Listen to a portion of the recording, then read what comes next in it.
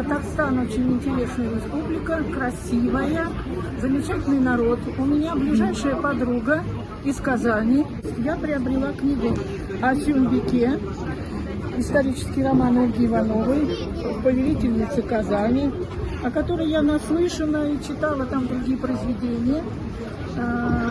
Но мне хочется почитать вот этот роман. Я с большим удовольствием его приобрела. Татарское книжное издательство города Казани. Спасибо. В целом, как вам событие книжное? Очень. Это большой праздник. Я очень рада, что здесь много молодежи, много людей нашего поколения, разных возрастов и даже разных стран, которые здесь можно выбрать книги на все интересы, плюс концерты, плюс встречи с интересными людьми, писателями, журналистами, поэтами, молодыми. Делали у нас замечательное мероприятие, очень понравилось. Центр Москвы, Красная площадь, столько замечательных книг, столько замечательной литературы. Вот я посмотрел вот такие книги, да. Вот.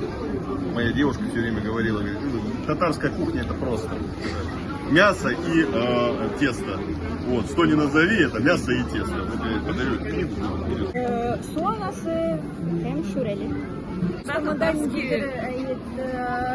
Tatar halkının etiketlerin, şiirlerin, kitapların köşe teşekkürleri düşündük de çok kattık.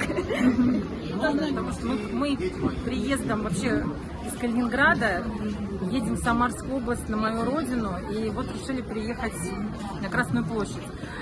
Ребенок мой, я сама татарка, ребенок мой полукровка, скажем так, но очень хотела изучать татарский язык, просила меня купить словарь.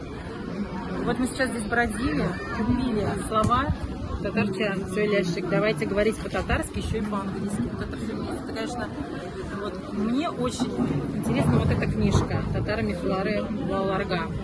Ну и получили еще и подарок, за что особое спасибо Рахмет Бекзур, Укыбыс.